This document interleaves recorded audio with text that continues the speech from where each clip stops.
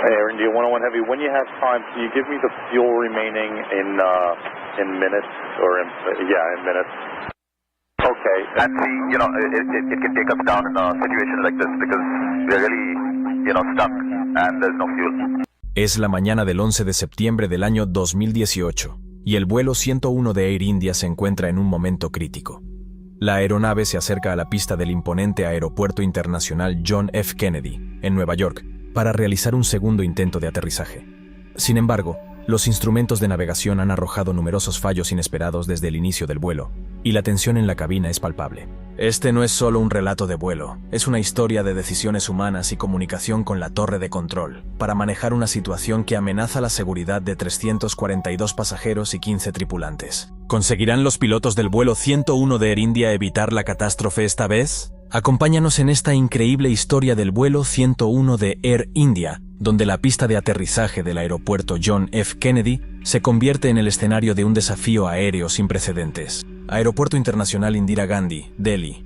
11 de septiembre del año 2018, nos encontramos en el punto de partida del vuelo 101 de Air India. Es una cálida noche, con una temperatura de 28 grados Celsius, y la aeronave con 342 pasajeros y 15 tripulantes se preparaba para su vuelo de 14 horas, con destino el Aeropuerto Internacional John F. Kennedy, en Nueva York, Estados Unidos. La ruta que seguiría el vuelo de Air India sobrevolaría países como Pakistán, la zona norte de Europa, el Océano Atlántico, Canadá y finalmente llegaría a Nueva York. La aeronave de este vuelo era un Boeing 777-300, estrenada por la compañía Air India en el año 2009.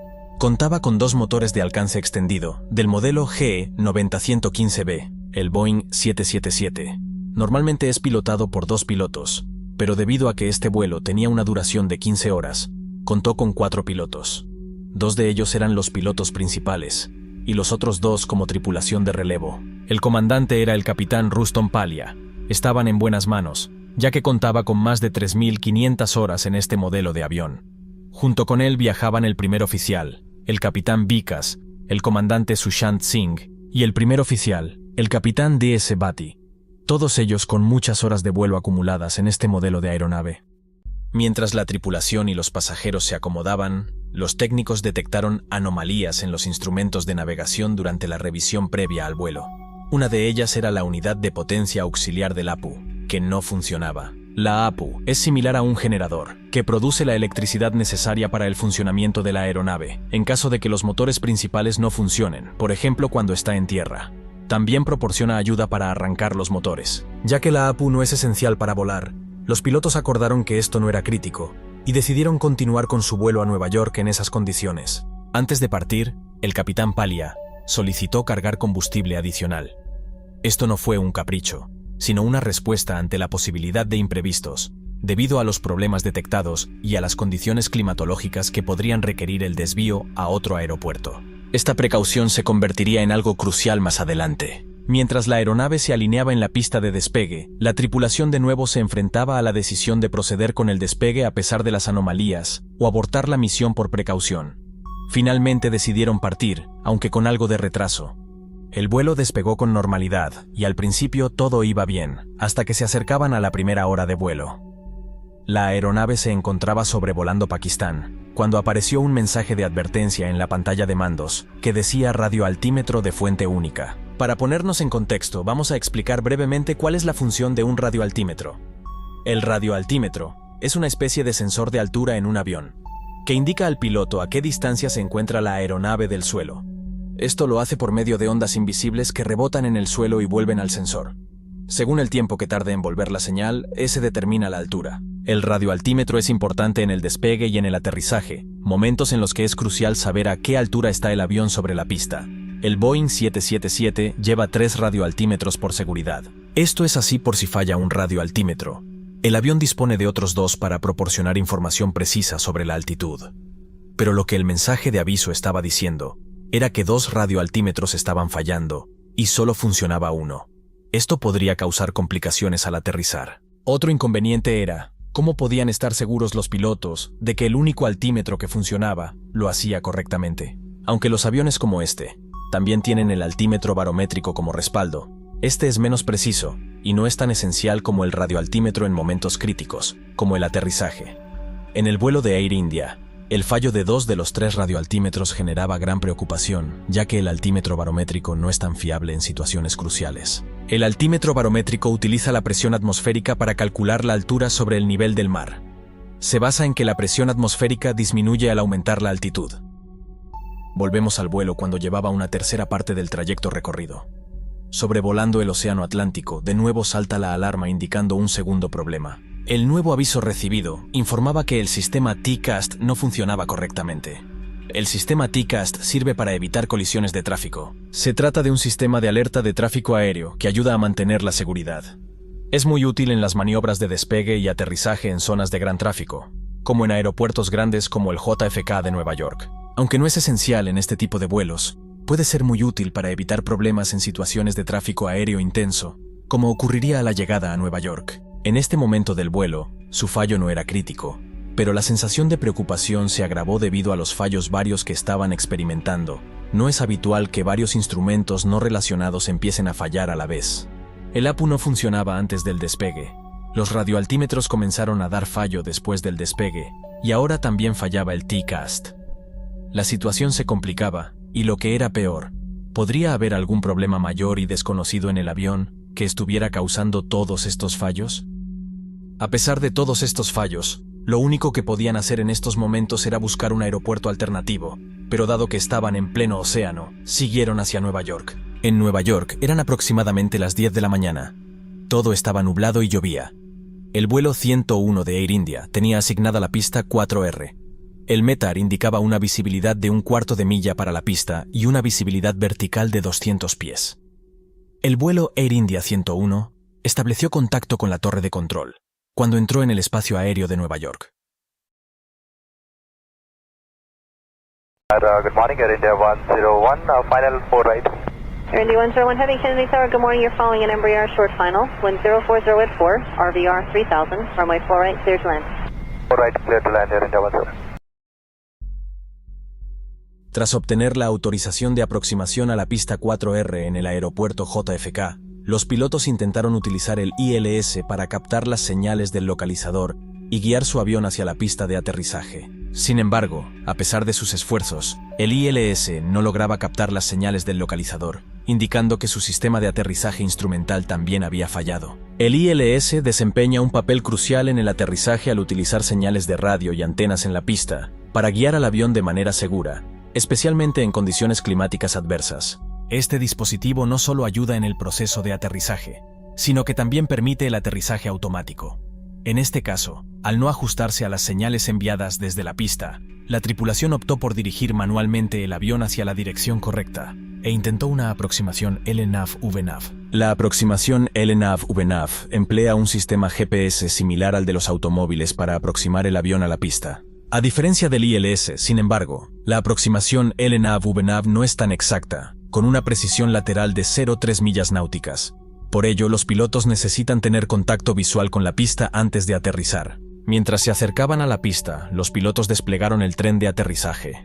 Justo en ese momento, se generó otro aviso en la cabina que indicaba un problema con el mismo. Tras verificarlo, descubrieron que el tren de aterrizaje había bajado correctamente, siendo una falsa alarma. A pesar de esto, la distracción añadida se sumó a la carga de trabajo de los pilotos.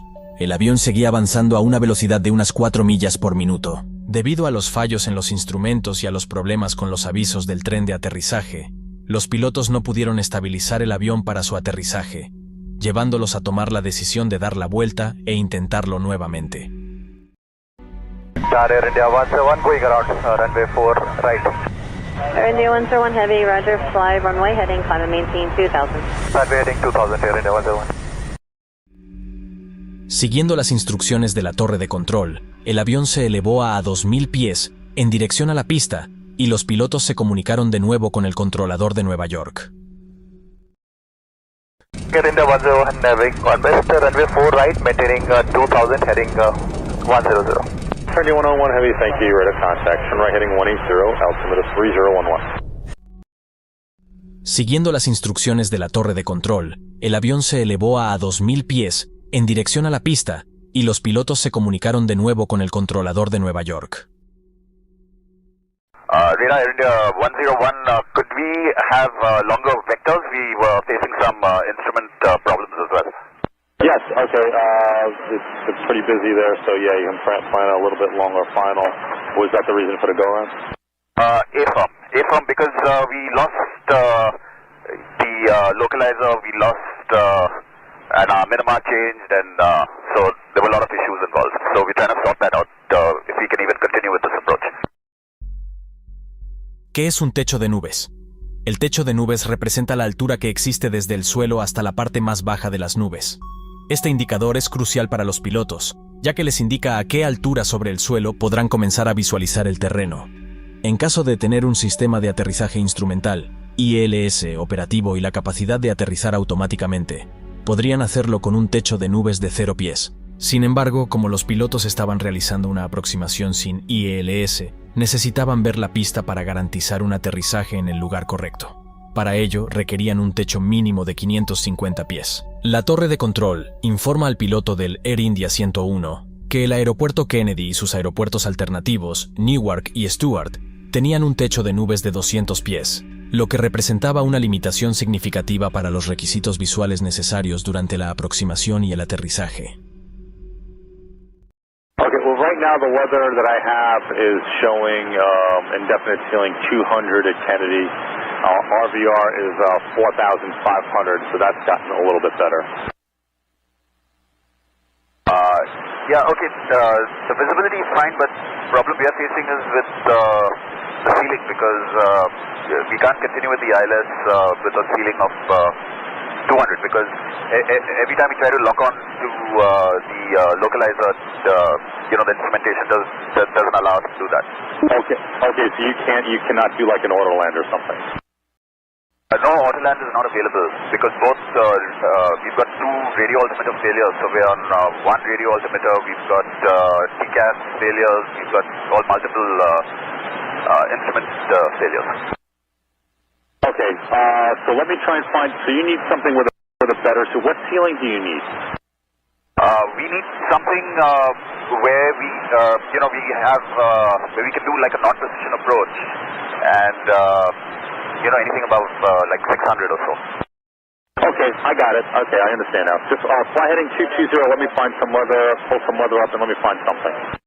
Okay, thanks. Se plantea otro inconveniente para los pilotos en ese momento. Deseaban conservar el combustible restante para tener la posibilidad de realizar múltiples intentos de aterrizaje, en caso de que fuera necesario. Esto implicaba que debían buscar un aeropuerto cercano al área de Nueva York para aterrizar, y no tenían la opción de dirigirse a lugares más distantes como Boston o Washington para realizar el aterrizaje allí. A medida que su suministro de combustible disminuía, los pilotos comenzaban a recurrir a las reservas. El combustible extra que habían cargado en Delhi estaba mostrando su utilidad.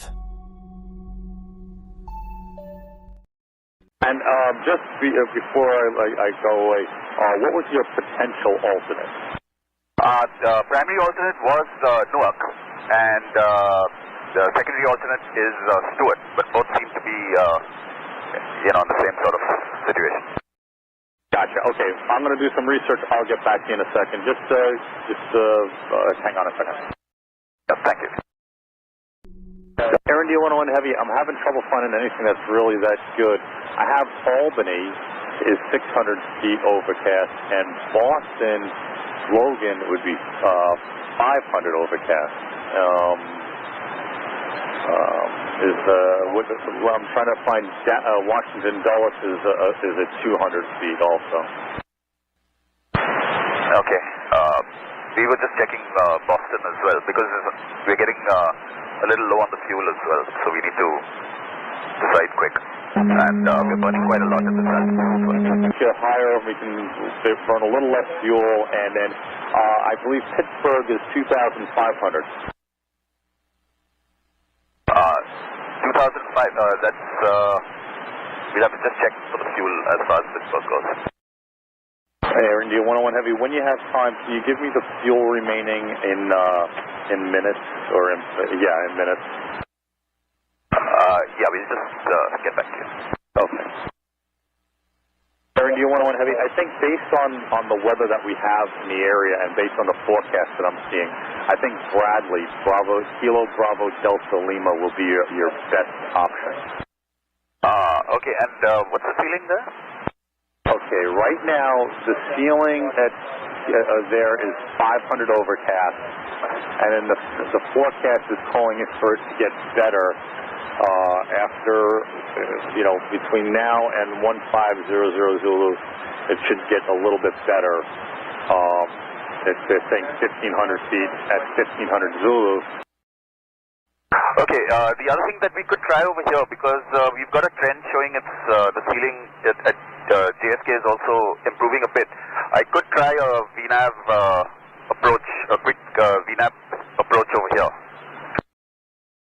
Okay. And see, it can take us down in a situation like this because we're really, stuck and there's no fuel.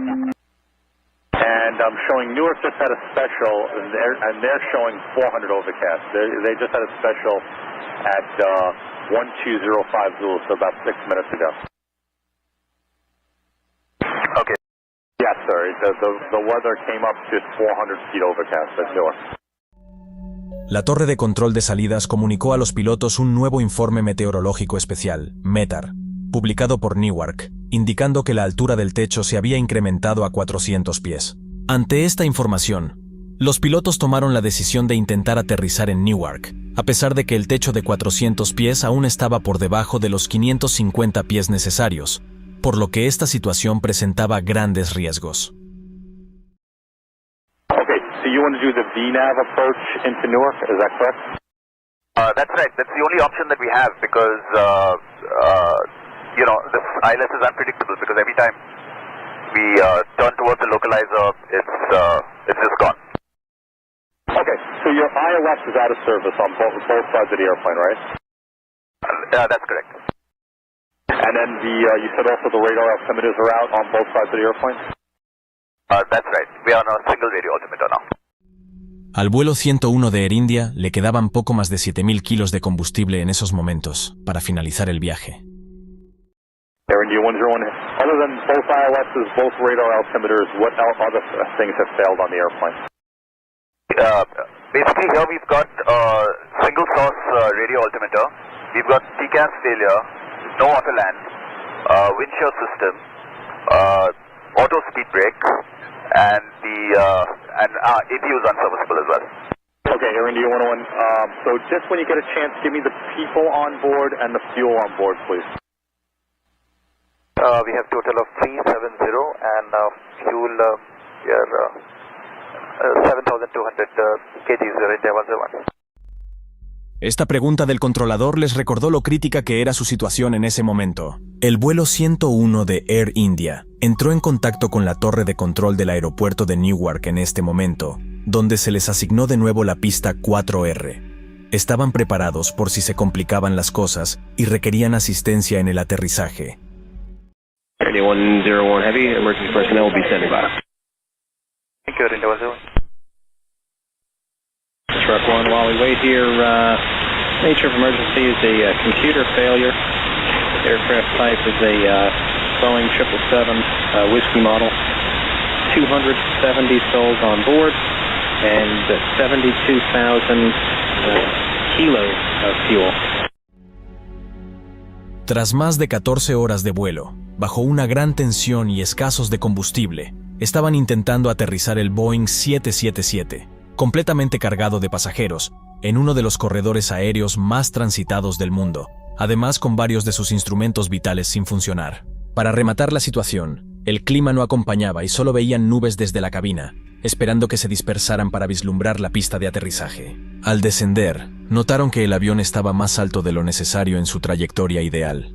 Si no corregían esto pronto, tendrían que dar una segunda vuelta y consumir más combustible del que disponían, lo cual no se podían permitir. De forma majestuosa, el capitán Palia corrigió la trayectoria inclinando el morro hacia abajo, pero esto hizo que el avión acelerara más, y el avión se situó a una altura demasiado baja. Los controladores, al notarlo, alertaron urgentemente a los pilotos. Finalmente atravesaron las nubes a 400 pies, pero para más tensión, se dieron cuenta de que estaban demasiado alto y desviados hacia la derecha. El capitán Paglia ajustó el vuelo dirigiendo el morro hacia abajo y hacia la izquierda, logrando alinearse con el centro de la pista, para aterrizar finalmente sin problemas en el aeropuerto de Newark. Minutos después del aterrizaje, se desató en el aeropuerto una tormenta eléctrica. Por los pelos se salvaron. Si el capitán hubiera retrasado su aproximación o necesitado dar una segunda vuelta, habría sido imposible aterrizar, llevando a este vuelo al peor de los finales. Los informes finales de Air India sobre la investigación del incidente del vuelo 101 no muestran la causa exacta de los fallos de los instrumentos. Sin embargo, se sospecha que el ordenador principal de la aeronave, responsable de controlar sistemas técnicos, diagnósticos y mantenimiento, pudo ser el causante de todo este caos.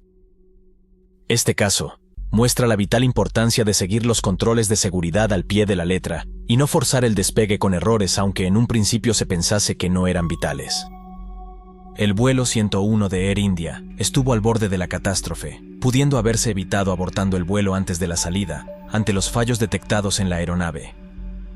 Incluso se pudieron haber desviado a otro aeropuerto, tras el segundo aviso de fallo. La pregunta es por qué no lo hicieron y decidieron continuar, con la vida en juego de casi 400 personas a bordo.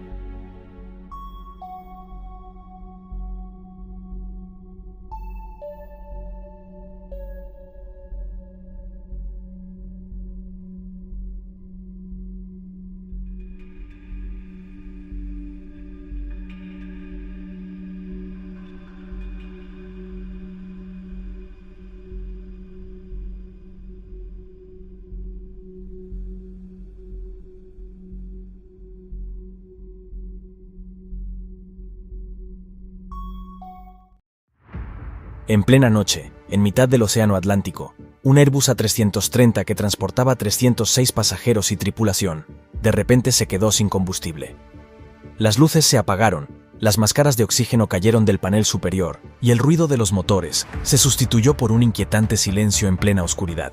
El enorme avión comenzó a descender hacia el océano.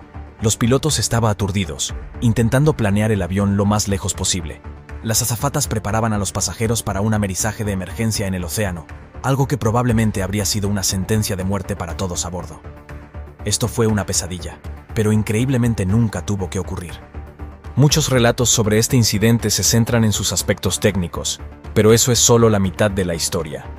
La verdad es que en el fondo, esta es una historia fascinante sobre la psicología humana. Es una historia sobre cómo las personas toman decisiones bajo presión cuando se enfrentan a información ambigua. Esta es la historia del vuelo de Air Transat 236. Antecedentes de vuelo. La noche del 23 de agosto de 2001, 293 pasajeros y 13 tripulantes embarcaron en un Airbus A330 de Air Transat, en el aeropuerto de Pearson en Toronto, Canadá. Se dirigían a Lisboa, en Portugal, a 7 horas de viaje. La mayoría de los pasajeros iban de vacaciones y esperaban disfrutar del soleado clima de Portugal durante unas semanas, aunque también había muchos portugueses que volvían a casa. No tenían ni idea cuando subieron al avión esa noche de que un fallo crítico en uno de los motores pondría en grave peligro sus vidas a mitad de camino en pleno Océano Atlántico. A330. Los pasajeros no deberían haber tenido motivos de preocupación, ya que el Airbus A330 era un avión de última generación. Un avión provisto de potentes ordenadores que dan todo tipo de información a los pilotos, y con cientos de sensores a bordo. Todos sus sistemas estaban automatizados y desde su introducción hace unos años, se había consolidado como uno de los aviones más seguros del cielo. La aeronave utilizada para este vuelo tan solo tenía 2 años. Los pilotos. Al mando del vuelo se encontraba el capitán Robert Piché, de 48 años. En su época de piloto había acumulado más de 16.000 horas de experiencia de vuelo en una amplia variedad de aeronaves e hidroaviones en las duras escaladas del norte de Canadá. Sin embargo, para ser un piloto de aerolíneas, tenía una historia poco habitual. Antes de ser contratado por Air Transat, había cumplido 16 meses de una condena de 5 años de cárcel, tras ser sorprendido contrabandeando marihuana a Estados Unidos en una avioneta. Sin embargo, todo en esta carrera llena de acontecimientos palidecería en comparación con la crisis que se desplegaría sobre el océano en aquella noche. Piché, acompañado en la cabina por el primer oficial Dirk de Jager, que tenía unas 5.000 horas de vuelo de experiencia, de las cuales unas 400 eran en el A330, Aunque con menos experiencia que el capitán, él también había volado una gran variedad de aviones antes de entrenarse para volar el Airbus con Air Transat. Ambos pilotos tenían un entrenamiento impecable y un gran historial de resultados con la compañía aérea. Una vez que el avión había sido cargado con 48 toneladas métricas de combustible para la travesía a través del Atlántico y todos los pasajeros habían embarcado, el vuelo 236 empezó a moverse por la pista de despegue. En Toronto eran las 9 de la noche, hora local, y esperaban llegar a Lisboa en unas 7 horas. El capitán realizó en cabina la rutina tradicional mientras estaba en la pista y encendió los motores para el despegue. Una vez en el aire, los pilotos giraron el avión hacia el este y subieron a la altitud de crucero de 39.000 pies. Durante las primeras horas todo fue bien. Los pasajeros se acomodaron para descansar durante el vuelo, ya que estaba previsto que llegaran a Lisboa por la mañana temprano. Durante los vuelos de larga distancia, los pilotos no tienen mucho que hacer en la cabina. Revisando la lista de comprobación del piloto automático utilizado por los pilotos en este vuelo, sus funciones consistían principalmente en la comprobación de la cantidad de combustible, el plan de vuelo con informes de posición al control del tráfico aéreo, ya que no había radar sobre los océanos, y controlar los sistemas de la aeronave. Todo era rutina en la cabina en las primeras 4 horas. Mientras el avión aceleraba a través del Atlántico, una indicación inusual, justo después de las 5 de la mañana, cuando estaban a mitad de camino sobre el océano, los pilotos obtuvieron una lectura inusual con respecto al motor número 2, el motor derecho del avión. Los ordenadores de a bordo avisaban de que la presión del aceite en el motor era alta, que la cantidad de aceite era baja y que la temperatura del aceite era baja. Los pilotos nunca antes habían visto una combinación de advertencias como estas. Normalmente en el transcurso de un vuelo, las temperaturas del aceite del motor aumentan. Los pilotos buscaron en el manual de instrucciones de vuelo para ver si encontraban algo, pero no había ninguna explicación para esas lecturas inusuales en ninguno de los manuales que pudieran explicar esa combinación de indicaciones. Cuando esta búsqueda no dio ningún resultado, el avión de Air Transat solicitó por radio al centro de control en Mirabel, Quebec, regresar a Canadá. Les transmitieron los inusuales avisos, y desde tierra les respondieron que lo iban a investigar y se pondrían de nuevo en contacto con la aeronave. Mientras tanto, los pilotos continuaron controlando las indicaciones del motor. En la cabina de pasajeros no había señales de problemas. Muchos de los pasajeros dormían, pero en unos instantes les esperaría un brusco despertar. Unos 30 minutos más tarde, justo después de la mitad del viaje, pasadas las 5 de la mañana, apareció un mensaje de aviso en la ECAM, la pantalla central de la cabina. Los pilotos revisaron el apartado de combustible en la ECAM y vieron que había un desequilibrio de combustible entre los depósitos de la izquierda y los del ala derecha. Un desequilibrio de combustible es inusual, pero generalmente no es motivo de alarma. Para solucionarlo, los pilotos abrieron la válvula de alimentación, que permitía que el combustible fluyera del tanque del ala izquierda al derecho. Sin embargo, apenas 10 minutos después del desvío de combustible, los pilotos vieron que el panel indicaba que el total combustible de la aeronave había caído por debajo del nivel necesario para llegar a Lisboa. Ahora las cosas empezaban a ponerse serias. Estaban a mitad de camino cruzando el océano y no podían llegar a Europa. En medio del Atlántico, los pilotos no tenían muchas opciones para encontrar aeropuertos de desvío. De hecho, su única opción era un aeropuerto en las Islas Azores, que es una pequeña cadena de islas portuguesas en medio del Atlántico. Pusieron rumbo al aeropuerto de la isla de Terceira y notificaron al control aéreo que estaban desviándose por la escasez de combustible. En ese momento, el avión tenía solo 7 toneladas de combustible. Esto puede parecer mucho, pero es solo un 6% de la capacidad total del combustible de la 330. Además, el nivel seguía cayendo mucho más rápido de lo habitual. Si las lecturas de combustible eran ciertas, la situación de la aeronave era grave. El rápido ritmo de pérdida de combustible mostrado en el panel de instrumentos era totalmente coherente con que hubiera una fuga masiva de combustible. Pero los pilotos dudaban de que hubiera tal fuga. Por un lado, no había pasado nada durante el vuelo que provocaría que el combustible de repente empezase a ser expulsado del avión. No hubo golpes o ruidos, ni graves turbulencias, ni rayos, nada. Además, el consumo de combustible de las 4 primeras horas había sido completamente normal. ¿Cómo podría un nuevo avión como este, una 330, de repente empezar a perder combustible durante la parte más tranquila del vuelo? Segundo, el capitán había pedido a los asistentes de vuelo que comprobasen si había fluidos que saliesen de la parte de las alas o de los motores y no habían encontrado nada. Y finalmente, la tasa de pérdida de combustible era tan grande, literalmente una tonelada métrica de combustible cada 5 minutos, que parecía imposible, el solo tener 7 toneladas a mitad de camino, en medio del Atlántico. Cada control del combustible hasta ese momento fue completamente normal. Era básicamente tan inconcebible que ambos pilotos concluyeron que lo más probable que las lecturas de combustible fueran erróneas. Pocas fugas en aviones de pasajeros son tan raras como lo fue esta, tanto que de hecho, ninguno de los dos pilotos tenía formación sobre cómo identificar y tratar este caso. En su formación, existe una lista de comprobación en los pocos casos de fugas. Sin embargo, esta es una copia de la lista de comprobación que los pilotos del vuelo 236 tenían a bordo. Aparte de esto, los pilotos no estaban preparados para enmarcar los problemas que estaban viendo en esta fuga de combustible. Además, ya tenían más o menos la conclusión de que las indicaciones que habían recibido antes sobre el aceite del motor eran probablemente erróneas. En un avión complicado como el A330, los datos erróneos generados por sensores defectuosos no son, ni mucho menos, un hecho inaudito. Así que cuando los pilotos vieron que el nivel de combustible mostraba niveles increíblemente bajos, asumieron que estas indicaciones eran erróneas también. Pero la trágica realidad, por supuesto, era que los pilotos tenían razón al pensar que tanto las indicaciones del aceite del motor y el poco nivel de combustible estaban relacionadas. Aunque lo que no sabían los pilotos era que el factor común que explica a ambos no era un fallo informático, sino una fuga de combustible en el motor derecho. En el interior del motor número 2, una tubería hidráulica vibrante había rozado la cubierta exterior de una tubería de combustible, rompiéndola y haciendo que el combustible saliera disparado hacia el motor a una velocidad aterradora. Esto había sido la causa, tanto de las indicaciones extrañas del aceite del motor y de las indicaciones de bajo combustible. El fenómeno psicológico conocido como el sesgo de confirmación desempeñó un papel crucial aquí. El modelo mental inicial de la tripulación sobre su situación era que los indicadores del aceite del motor fueron el resultado de un error en los sensores. Construyeron una imagen de la situación, en lugar de investigar y buscar pruebas que reforzasen sus argumentos, para confirmarlo o no. Incluso mientras recibían nuevas evidencias que sugerían que podría haber fugas de combustible por su desequilibrio y la rápida pérdida del mismo en los indicadores, los pilotos se olvidaron de dar un paso atrás y reevaluar su hipótesis inicial.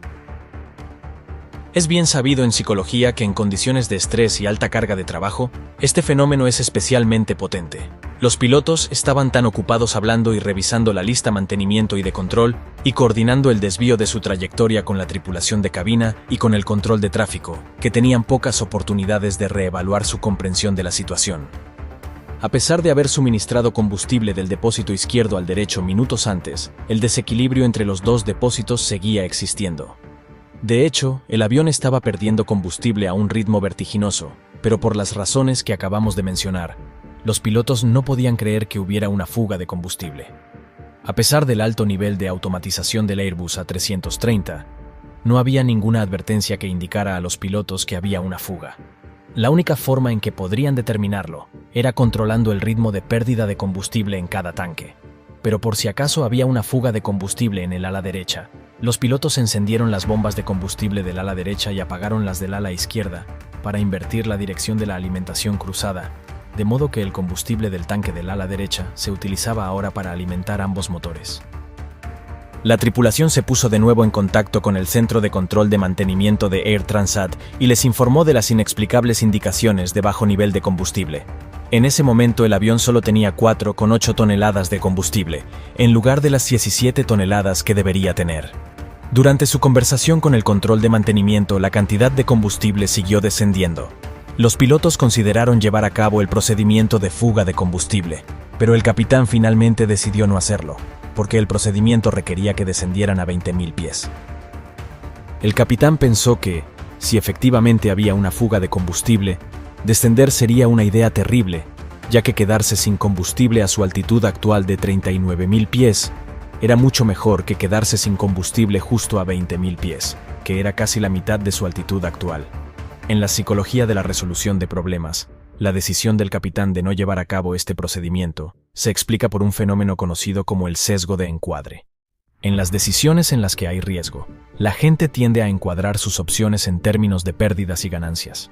El capitán en este caso tenía que elegir entre una pérdida segura, que era descender a 20.000 pies, frente a una pérdida menos probable, pero más desastrosa, que era permanecer a 39.000 pies y no diagnosticar una fuga de combustible.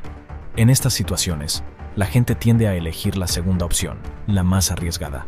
El razonamiento dice que es mejor que ocurra algo terrible, a que ocurra algo moderadamente malo. Pero la duda se disipó minutos más tarde, cuando el motor derecho se incendió. El capitán aplicó inmediatamente el máximo empuje al motor restante y comenzó a descender con un solo motor en funcionamiento. El avión aún podía volar, pero no a 39.000 pies. Mientras tanto, el primer oficial notificó al control de tráfico aéreo que habían perdido un motor y que estaban descendiendo. En ese momento, a la tripulación solo le quedaban 600 kilos de combustible. Todavía estaban a 240 kilómetros del aeropuerto. Finalmente, los pilotos se dieron cuenta de que se encontraban realmente en una situación de vida o muerte. El primer oficial declaró una emergencia al control de tráfico aéreo. Unos minutos más tarde, a 120 kilómetros del aeropuerto, el motor izquierdo se apagó. Uno de los aviones tecnológicamente más sofisticados había quedado reducido a un gigantesco planeador. La pérdida de ambos motores significaba que el avión se había quedado sin energía eléctrica. Un ventilador conocido como turbina de aire de empuje se desplegaba automáticamente debajo del fuselaje del avión. Girando con el viento, generaba una pequeña cantidad de energía eléctrica que se utilizaba para alimentar los instrumentos del capitán, así como algunos otros sistemas críticos. El capitán tenía la única tarea de alargar el planeo lo máximo posible, con la esperanza de poder llegar al aeropuerto. Las vidas de los 293 pasajeros pendían de un hilo. La cabina de pasajeros se había sumido en la oscuridad. Con la pérdida de energía eléctrica y sin motores, había un silencio espeluznante en el aire. El capitán dijo a los asistentes de vuelo que preparasen a los pasajeros para un amerizaje forzoso en el agua. Esto era básicamente una sentencia de muerte para todos en la noche, sin forma de ver el agua a su encuentro y con las grandes marejadas del océano Atlántico. Un aterrizaje forzoso en el mar desgarraría el fuselaje, y los pasajeros que no murieran por el impacto probablemente se ahogarían, y los pocos que sobrevivieran al impacto inicial pronto sucumbirían a la hipotermia. Así que la elección que se le presentó al capitán Piché entre amerizar en el océano o intentar planear hasta el aeropuerto era una falsa elección. Realmente su única esperanza era planear hasta el aeropuerto, pero en plena noche con más de 100 kilómetros aún por recorrer, no era tarea fácil. El avión estaba descendiendo a 2.000 pies por minuto, y a su altitud actual de 30.000 pies, significaba que no importaba lo que pasara, en 15 minutos el avión estaría en el suelo.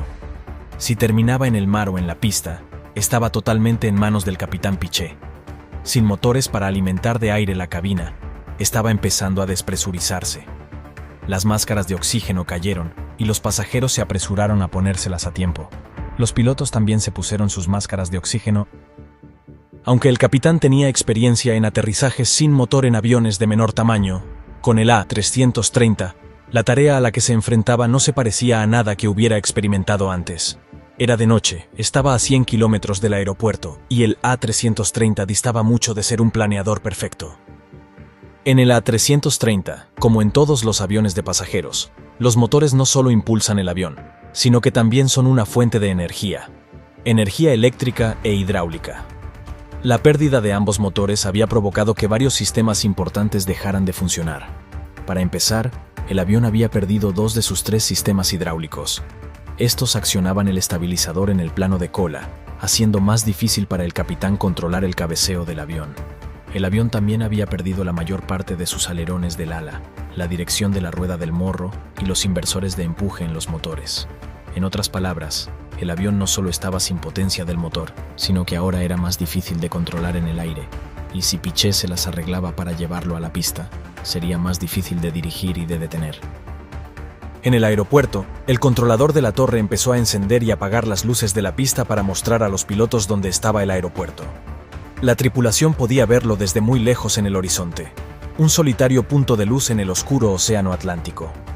Para mantener el avión en el aire el mayor tiempo posible, el capitán voló el descenso a una velocidad entre la velocidad de planeo recomendada y la velocidad de aviso de pérdida. Si se encontraba a demasiada altitud en la aproximación, podía descender más rápido para perder velocidad. Pero si acababa demasiado bajo, no habría forma de recuperar esa altitud. Quería mantener tanta altitud como fuera posible durante el descenso. Pero había algunas limitaciones más con las que Piché tenía que lidiar. Tenía que mantener su velocidad por encima de 140 nudos, o la turbina de aire dejaría de generar electricidad. Al mismo tiempo, no podía ir más rápido de 200 nudos, o el tren de aterrizaje no se extendería. Y como planeaba, la única manera de controlar su velocidad era inclinando el morro hacia arriba o hacia abajo. Detrás, los 293 pasajeros se preparaban para amerizar en el océano. Las azafatas les enseñaron a adoptar la posición correcta. La cabina estaba en un silencio sepulcral mientras los minutos pasaban descendiendo. A medida que el capitán se acercaba al aeropuerto, vio que sus intentos de mantener el avión alto habían funcionado, solo que habían funcionado demasiado bien y ahora había un nuevo problema. El avión estaba demasiado alto. Estaba a 8 millas y todavía a 13.000 pies. En una aproximación normal habría estado a unos 3.000 pies. En este punto, si hacía la aproximación, ahora tendría que descender abruptamente, lo que aumentaría su velocidad aerodinámica hasta el punto de hacer imposible el aterrizaje. Así que, dada la falta de potencia de los motores, Piché tuvo que distanciarse un poco de la pista y comenzó un giro de 360 grados para perder altitud. Durante este giro, el primer oficial bajó el tren de aterrizaje y extendió las lamas de la parte delantera de las alas, que proporcionaban una sustentación adicional, que permitía al avión volar más despacio sin producir demasiada resistencia.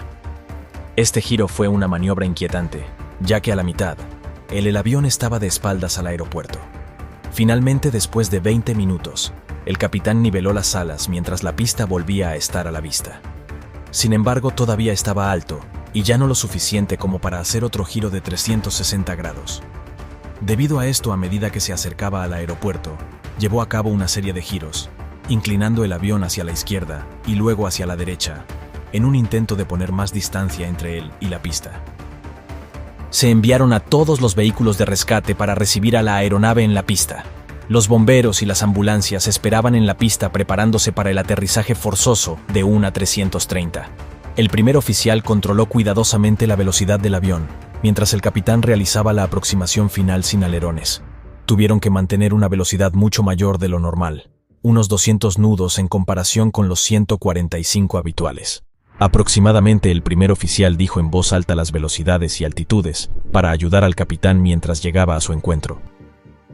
Piché tenía una oportunidad para llevar el avión a la pista.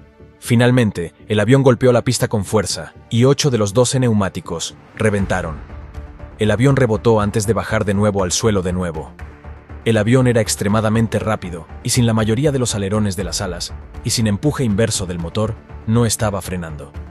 Además, el sistema antideslizamiento no funcionaba, por lo que cuando el capitán pisó los frenos, las ruedas se bloquearon. El enorme avión estaba derrapando por la pista, sus neumáticos se habían desgastado hasta la llanta. Finalmente, después de un aterrizaje chirriante, el avión derrapó hasta detenerse. Las 306 personas a bordo estaban a salvo. El capitán ordenó una evacuación y todos los pasajeros lograron escapar del avión. En unos segundos, se inició un incendio en las ruedas izquierdas del tren principal, pero fueron extinguidas rápidamente por los equipos de bomberos que estaban en posición al encuentro del avión. En un principio, la tripulación fue recibida como héroes, ya que habían realizado con éxito el planeo más largo de un avión de pasajeros en la historia de la aviación, sin pérdida de vidas humanas. Pero pocos días después, se plantearon preguntas acerca de cómo los pilotos acabaron sin combustible sobre el Atlántico. ¿Por qué no confiaron en sus instrumentos, que les indicaban que el combustible estaba bajando mucho más rápido de lo normal? Y que si los pilotos habían llevado a cabo alguno de los escenarios alternativos de fuga de combustible cuando iniciaron el desvío, tanto si era el procedimiento de fuga de combustible, habrían aterrizado con al menos 3,8 toneladas métricas de combustible. El origen de la fuga de combustible. En cuanto a la fuente original de la fuga de combustible, los investigadores encontraron que el mantenimiento se había llevado a cabo en el motor número 2. Poco antes del vuelo, un técnico había sustituido una parte del motor, con una parte que estaba destinada a otra aeronave. Esto había llevado a una línea hidráulica a hacer contacto con un tubo de combustible. La línea hidráulica vibró y presionó contra el tubo de combustible que se rompió, causando una masiva fuga de combustible.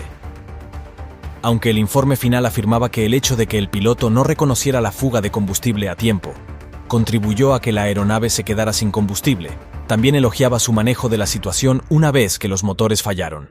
He aquí un extracto del informe final. Aproximación y aterrizaje.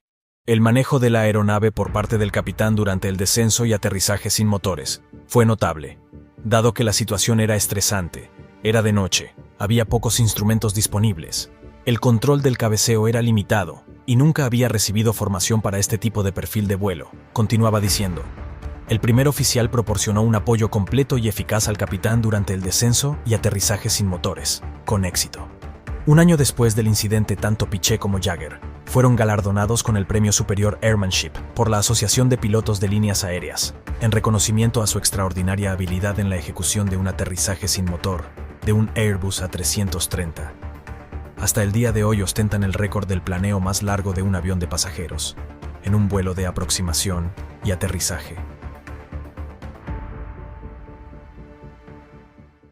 28 de noviembre de 2016. Son las 10:18 de la noche. Nos encontramos en el bullicioso Aeropuerto Internacional Viru, en la hermosa Santa Cruz de la Sierra, Bolivia. La atmósfera está cargada de emoción y ansias de aventura, especialmente para los pasajeros del vuelo 2933 de la pequeña aerolínea boliviana llamada Lamia. En ese momento, el protagonista de esta historia, un Avro RJ-85, un avión británico con 4 motores y capacidad para 85 personas, se encuentra listo para despegar con destino al aeropuerto José María Córdoba en Río Negro, Colombia. Un vuelo que prometía llevar a los pasajeros a través de los cielos y aterrizar en sus destinos deseados. En la cabina de mando, el encargado de guiar esta travesía era el capitán y copropietario de Lamia, Miguel Quiroga, de 36 años de edad. Tenía aproximadamente 6.700 horas de vuelo, de las cuales casi la mitad fueron en Lamia. Su responsabilidad no solo recaía en pilotar la aeronave, sino también en garantizar la seguridad y bienestar de los 77 pasajeros a bordo, entre los cuales se encontraba el equipo brasileño de fútbol chapecoense, junto con su directiva y varios periodistas, quienes estaban ansiosos por disputar el partido de ida de la final de la Copa Sudamericana en tierras colombianas. Aunque Lamia es una aerolínea pequeña con poco más de 10 empleados, la pasión y dedicación de su equipo se reflejaban en cada detalle. La atmósfera a bordo era animada, mezclando la expectativa del viaje con la emoción del importante evento deportivo que aguardaba en el destino final. Sin embargo, antes de que el avión emprendiera su vuelo, surgió una pequeña disputa entre el capitán Quiroga y un técnico subcontratado encargado del repostaje y la revisión del avión. El dilema giraba en torno a la cantidad de combustible necesaria para el trayecto. Para el técnico, la cantidad que tenía la aeronave era demasiado justa, dada la carga y la distancia a recorrer, mientras que el capitán consideraba que era suficiente para llegar, ya que no había margen para gastos extras. La distancia que debían cubrir era de 2.970 kilómetros, mientras que la autonomía del avión en ese momento con el combustible cargado era de 2.985 kilómetros. Una diferencia aparentemente mínima, pero en el mundo de la aviación, cualquier error en el cálculo del peso y el combustible puede comprometer la seguridad del vuelo. En este momento crucial, con las tensiones entre el capitán y el técnico, la aeronave se encontraba en una encrucijada, donde la precisión en los detalles y la toma de decisiones adecuadas son cruciales. ¿Cómo se desarrollará este vuelo lleno de expectativas y sueños, pero también marcado por pequeñas tensiones antes de despegar? Finalmente, a las 10:18 de la noche, hora local, el vuelo 2933 de Lamia emprendía el despegue desde el Aeropuerto Internacional Viru Viru, en Bolivia. En la tranquila madrugada, exactamente a las 2:36 am, después de 4 horas de vuelo, el vuelo 2933 se adentró en la fase crítica de su travesía al iniciar su aproximación al aeropuerto José María Córdoba, en Río Negro, Colombia. Sin embargo, el destino tenía otros planes reservados para este viaje lleno de tensiones y desafíos. A unos 25.000 pies de altitud, cuando la aeronave se encontraba en plena maniobra de descenso, una alarma estridente rompió la calma a bordo. La alerta repentina generó tensión en la cabina, ya que solo disponían de combustible para 20 minutos más. El capitán Miguel Quiroga se enfrentaba a una encrucijada, una situación de emergencia que podría cambiar el rumbo de este viaje. Sorprendentemente, el capitán decidió no comunicar esta preocupante alerta al controlador del tráfico aéreo en Colombia. En lugar de buscar una solución más cercana y segura, como aterrizar en un lugar cercano, Quiroga persistió en su ruta hacia el aeropuerto José María Córdoba. Quizá en medio de la tensión, lo que más le preocupaba era la idea de ser multado por no llevar el combustible necesario por decisión propia. A medida que la aeronave solicitaba vectores para su aproximación, una complicación adicional se sumó a la ya precaria situación. La falta de comunicación del piloto sobre la alerta de falta de combustible llevó a que el controlador del aeropuerto, ajeno al peligro inminente, otorgase prioridad a otro avión que solicitaba pista con urgencia debido a una fuga de combustible. El controlador aéreo instó al vuelo 2933 a esperar en una zona a unos 30 kilómetros del aeropuerto. Mientras el avión se encontraba en espera, siendo los terceros en la lista para aterrizar, la tensión se elevó a bordo. El capitán, enfrentando la presión de tiempo y las dificultades previstas en sus cálculos, comenzó a ponerse nervioso. La incertidumbre se apoderaba de la cabina de mandos, y la pregunta persistía en el aire. ¿Lograría el vuelo 2933 llegar a su destino de manera segura? La respuesta, llena de drama y consecuencias, aguarda en los próximos momentos de esta crónica de viaje inesperadamente complicada. En un giro repentino de eventos, el capitán Miguel Quiroga decidió finalmente ponerse en contacto con el controlador y transmitir el mensaje de emergencia sobre la crítica falta de combustible. El controlador, consciente de la gravedad de la situación, actuó rápidamente dando prioridad al vuelo 2933. A pesar de la presencia de otros aviones que también esperaban su turno para aterrizar, el tiempo apremiaba. Con un tiempo estimado de descenso y aterrizaje de tan solo 7 minutos, la tensión a bordo se intensificaba. Mientras la aeronave se aproximaba al aeropuerto José María Córdoba, el cuarto motor se apagó, seguido de cerca por el motor número 3. La alarma Master Warning comenzó a sonar por toda la cabina, creando una atmósfera de ansiedad entre la tripulación y los pasajeros. Pocos minutos después, a las 3:05 de la mañana, el motor número 2 también se apagó, y 40 segundos después, también lo hizo el motor número 1. Con el apagón de este último motor, se cortó la conexión eléctrica, dejando a la aeronave en un silencio inquietante y a oscuras. La situación a bordo del vuelo 2933 en ese momento pasó de crítica a desesperada en cuestión de segundos. En este momento, el capitán y su tripulación se enfrentaban a un escenario aterrador. Sin motores, sin sistemas eléctricos, y la incertidumbre sobre si lograrían aterrizar de manera segura se cernía sobre la cabina de mandos. Mientras tanto, el reloj avanzaba implacablemente, marcando cada segundo como una cuenta regresiva hacia el desenlace de este dramático suceso. La incertidumbre y la tensión se apoderaban de la aeronave, convirtiendo este viaje en una prueba de resistencia y habilidad para todos a bordo. ¿Cómo enfrentaría el capitán Quiroga esta crítica situación? La respuesta, llena de angustia y desafíos, estaba a punto de revelarse. El reloj marcaba las 2:58 de la madrugada, y en un instante que quedaría grabado en la memoria de quienes siguieron esta trágica historia, se escuchó por última vez al piloto del vuelo 2933, solicitando vectores para la aproximación. La pista estaba despejada, los bomberos listos para actuar, pero el avión no logró llegar al aeropuerto José María Córdoba. En un giro devastador de los acontecimientos, la aeronave se estrelló en Cerro Gordo, una colina ubicada a tan solo 5 minutos de la pista de aterrizaje. El impacto fue brutal. Primero colisionó por la parte posterior del avión, dejando la cola sobre la cima de la montaña, mientras que el fuselaje y la cabina rodaron cuesta abajo. La esperanza se desvanecía a medida que las horas pasaban. Aproximadamente media hora después del impacto, los primeros equipos de rescate llegaron al lugar del siniestro. Sin embargo, la operación se vio obstaculizada por la espesa niebla que envolvía la zona, dificultando incluso la llegada de algunos helicópteros de las Fuerzas Aéreas colombianas. La mayor parte de los equipos de rescate finalmente llegaron 2 horas después del accidente. Se encontraron con los restos del avión esparcidos a través de un área de unos 100 metros. La tragedia había dejado una marca indeleble en aquel cerro, testigo silencioso de la colisión que puso fin al vuelo 2933 de Lamia. El impacto no solo se sintió físicamente, sino que resonó en el corazón de los familiares, amigos y compañeros de los 77 ocupantes de la aeronave.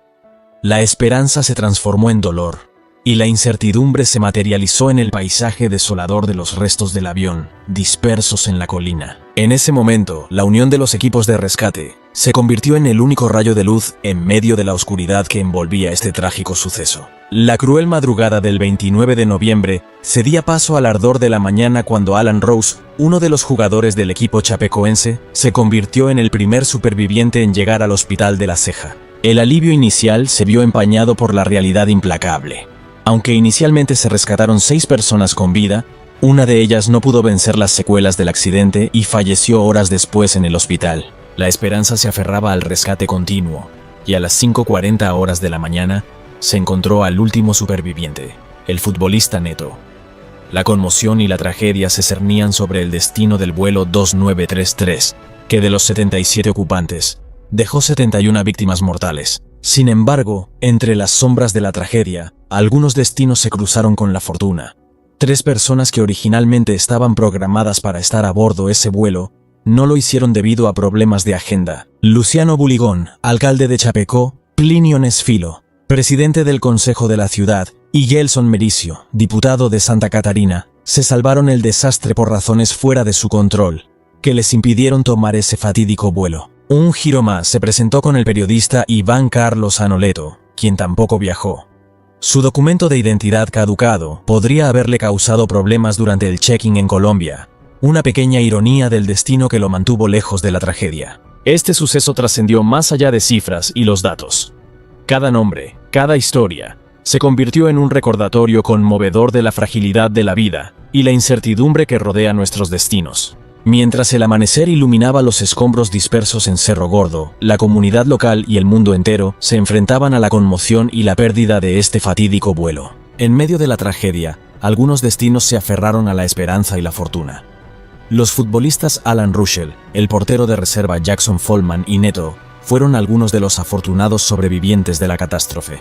Junto a ellos, también emergieron con vida el periodista Rafael Hensel de Radio Oeste, así como 2 miembros de la tripulación de vuelo, Jimena Suárez, una sobrecargo, y Erwin Tumiri, un técnico de vuelo, ambos de nacionalidad boliviana. La conmoción y el luto no solo envolvieron a los afectados directamente, sino que también impactaron a nivel deportivo.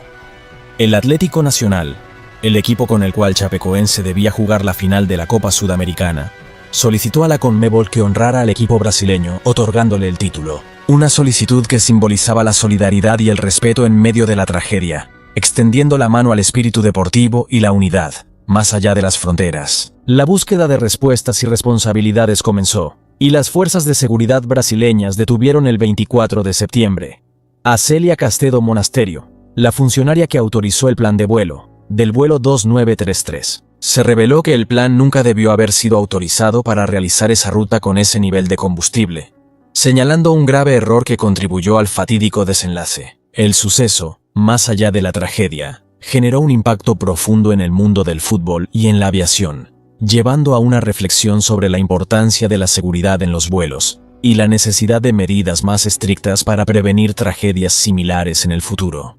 La historia del vuelo 2933 se convirtió en un recordatorio doloroso de la fragilidad de la vida, pero también en un llamado a la solidaridad y a la búsqueda de justicia, para honrar la memoria de aquellos que perdieron sus vidas.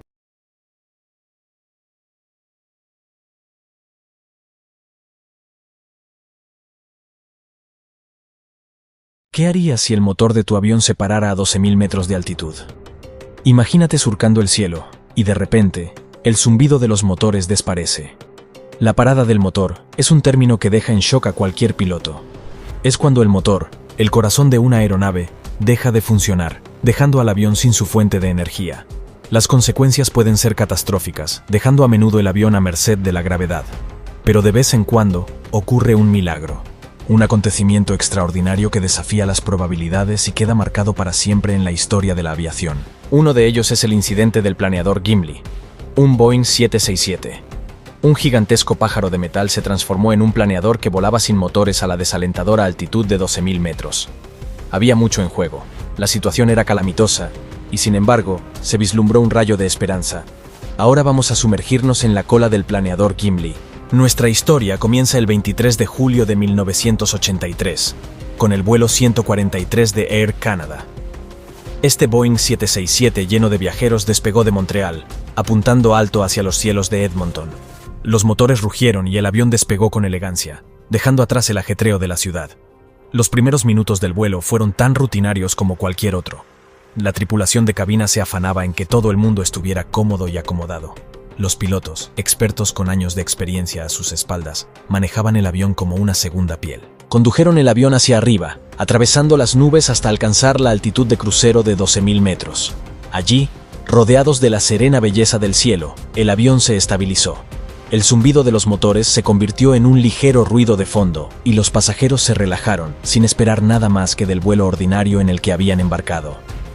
Parecía un día normal hasta que ocurrió lo inesperado. A 41.000 pies ocurrió lo más temido. El indicador de combustible del Boeing 767 empezó a parpadear de forma errática e inconsistente.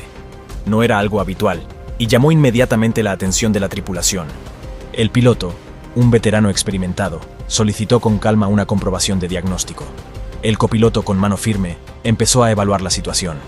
El ambiente en la cabina era tenso. El silencio solo se veía interrumpido por el suave zumbido de los sistemas del avión y la tranquila charla del control del tráfico aéreo. La tripulación intentaba comprender la situación. ¿Se trataba de un fallo eléctrico o de un defecto mecánico más siniestro? El indicador de combustible seguía oscilando, indicando que el suministro se estaba agotando rápidamente. A medida que los minutos pasaban, empezamos a darnos cuenta de que lo impensable estaba sucediendo. El Boeing 767 se estaba quedando sin combustible a una altitud de 41.000 pies sobre la vasta extensión del Océano Atlántico. Era una pesadilla. La tripulación se puso manos a la obra. Empezaron a calcular las opciones, buscando aeropuertos a poca distancia de planeo, poniéndose en contacto con el control del tráfico aéreo y preparando a los pasajeros para un posible aterrizaje de emergencia. Pero mientras trabajaban, la aguja del indicador de combustible bajó a cero. Los motores quedaron sin alimentar. El combustible empezó a chisporrotear y luego, en un momento escalofriante, todo quedó en silencio. El zumbido de los motores desapareció en un abrir y cerrar de ojos. El Boeing 767, una maravilla de la aviación moderna, se transformó en algo mucho más primitivo, un planeador sin energía para propulsarse. El avión estaba ahora sometido a las despiadadas leyes de la física. La tripulación se encontraba en territorio desconocido en una aeronave sin motores, pero no estaban dispuestos a rendirse. Tenían un avión que aterrizar y pasajeros que salvar con el motor en silencio. El Boeing 767 era ahora un planeador. Contra todo pronóstico, a la tripulación se le encomendó la tarea de traer de vuelta a tierra a este gigante sin potencia. Los pilotos se enfrentaban ahora a una tarea monumental con el motor parado a 12.000 metros de altitud. Se encontraban en una circunstancia excepcional. Su Boeing 767, un gigante de los cielos, era ahora esencialmente un planeador gigantesco. Era una situación en la que ningún piloto quisiera encontrarse, pero era la realidad. Se enfrentaron a su decisión de planear el avión a Gimli. Era una elección arriesgada, una decisión que requería cada gramo de su entrenamiento y rapidez mental. Tenían que transformar una situación catastrófica en un descenso controlado para convertir un desastre potencial en una oportunidad de supervivencia. Imagínate en su lugar, o mejor dicho, en su asiento, pilotando un avión comercial, una máquina diseñada para ser propulsada por motores rugientes, no para deslizarse silenciosamente por el cielo. Sin embargo, eso es lo que tenían que hacer. Es importante recordar que planear y volar son dos actividades muy diferentes. Planear consiste en conservar la energía, mantener la altitud el mayor tiempo posible, mientras se busca un lugar adecuado para aterrizar. En cabina, los pilotos hacían todo lo posible para mantener el control de la aeronave. Trabajaban con las leyes de la física, utilizando sus conocimientos de aerodinámica para mantener el avión en el aire. Calculaban la velocidad de descenso, ajustaban la velocidad y controlaban la altitud. Todo esto mientras intentaban navegar hacia Gimli. Su rapidez mental fue increíble. En una situación que haría entrar en pánico a la mayoría de la gente, mantuvieron la calma, la concentración y el control. No se dejaron abrumar por la gravedad de la situación. En su lugar, utilizaron su formación, sus habilidades y sus instintos para guiarse. El manejo del Boeing 767 por parte de los pilotos fue extraordinario. Su rapidez mental fue increíble. En una situación que haría entrar en pánico a la mayoría de la gente, mantuvieron la calma, la concentración y el control. No se dejaron abrumar por la gravedad de la situación. En su lugar, utilizaron su formación, sus habilidades y sus instintos para guiarse. El manejo del Boeing 767 por parte de los pilotos fue extraordinario. Demostraron un extraordinario nivel de destreza, testimonio de su experiencia en el entrenamiento. Convirtieron una catástrofe potencial en un descenso controlado, una hazaña que solo los pilotos más hábiles y serenos podían lograr. A medida que se acercaban a Gimli, lo que estaba en juego era más importante que nunca. Cada decisión, cada maniobra era crítica. Estaban a punto de intentar un aterrizaje diferente a cualquier otro en una situación que estaba lejos de ser ordinaria. Este era el momento de la verdad. Gimli, una base aérea fuera de servicio, era su única esperanza. En la tensa cabina del Boeing 767, el ojo del piloto, su única posibilidad de un aterrizaje seguro, la base aérea fuera de servicio. La pista estaba llena de obstáculos, pero era su única oportunidad. Los pilotos del planeador tenían que navegar por una compleja red de desafíos. En primer lugar, estaba la cuestión de que la velocidad fuera demasiado rápida y se pasaban de la pista, o demasiado lenta y no llegasen. Los pilotos tuvieron que encontrar un equilibrio entre estos dos extremos. Todo ello en un avión no diseñado para ser un planeador. El segundo reto era la pista en sí. Era un caluroso día de verano y la pista de Gimli se había convertido en un circuito de carreras. La zona estaba llena de espectadores, coches y barbacoas familiares. Los pilotos tuvieron que tomar decisiones en fracciones de segundo para evitar causar un desastre en tierra. Entonces llegó el aterrizaje. El avión golpeó el suelo con fuerza. El vientre del Boeing 767 raspó de la pista soltando chispas, cuando la parte metálica del avión chocó con el suelo. El tren de aterrizaje se desplegó solo parcialmente y se dobló bajo el peso del avión. El avión derrapó, se tambaleó y finalmente se detuvo. Tras el brusco aterrizaje, la tripulación de cabina entró en acción. A pesar del caos, lograron evacuar a todos los pasajeros. La escena demostró su formación y profesionalidad. En medio de la confusión, hubo un suspiro colectivo de alivio. Todo el mundo estaba a salvo. En el mundo de la aviación, los aterrizajes de este tipo se denominan aterrizajes en punto muerto. Los pilotos se entrenan para ellos, pero esperan no tener que ejecutarlos nunca. Pero aquel día de julio, la tripulación del Boeing 767 lo hizo. Tomaron un avión comercial, lo convirtieron en un planeador y lo aterrizaron con seguridad en una base aérea fuera de servicio. El planeador Gimli, como llegó a conocerse, es una historia de habilidad y un poco de suerte. Es un recordatorio de que, incluso ante lo impensable, los profesionales cualificados pueden hacer milagros contra todo pronóstico. El planeador Gimli había aterrizado. El incidente del planeador Gimli conmocionó al mundo de la aviación. Fue un momento que hizo que todos, desde los pilotos hasta los ingenieros de aviación, se detuvieran a reflexionar sobre lo que había salido mal. Cómo pudo producirse un error tan crítico, y lo que es más importante, cómo podría evitarse en el futuro. El planeador Gimli había aterrizado. El incidente del planeador Gimli conmocionó al mundo de la aviación. Fue un momento que hizo que todos, desde los pilotos hasta los ingenieros de aviación, se detuvieran a reflexionar sobre lo que había salido mal. Cómo pudo producirse un error tan crítico, y lo que es más importante, cómo podría evitarse en el futuro. Tras el incidente, se inició una investigación. Rápidamente se descubrió que un simple malentendido sobre el cálculo y la medición del combustible había estado a punto de provocar el desastre. El avión había repostado libras en lugar de kilogramos, por lo que se había cargado menos de la mitad del combustible necesario. Fue una llamada de atención a la industria de la aviación sobre la importancia de una comunicación clara y unos controles rigurosos. Las lecciones aprendidas del incidente del planeador Gimli fueron profundas. Puso de manifiesto la necesidad de mejorar la formación sobre el cálculo y la medición del combustible, especialmente en los países que utilizan tanto el sistema métrico como el imperial. También subrayó la importancia de comprobar todos los cálculos y mediciones, por rutinarios que parezcan. Pero el incidente también nos enseñó la importancia de la rapidez mental y la resistencia ante la adversidad. El piloto, a pesar de la grave situación, consiguió controlar el Boeing 767 para que volara como un planeador y aterrizó sin problemas. Esta extraordinaria hazaña fue un testimonio de su habilidad, valentía y determinación. En respuesta al incidente, se introdujeron cambios en la industria de la aviación. Se establecieron nuevos protocolos para garantizar que un error semejante no volviera a repetirse. Se renovó la atención prestada a la formación, especialmente en ámbitos como el cálculo del combustible en la medición, y se hizo mayor hincapié en la importancia de la preparación, la rapidez mental y la capacidad de recuperación. El incidente del planeador de Gimli nos recuerda la importancia de la preparación, la rapidez mental y la resistencia ante la adversidad. Es una historia de error humano, pero también de triunfo humano. Es una historia que sigue resonando en el mundo de la aviación, recordándonos a todos la necesidad de vigilancia, precisión y valor.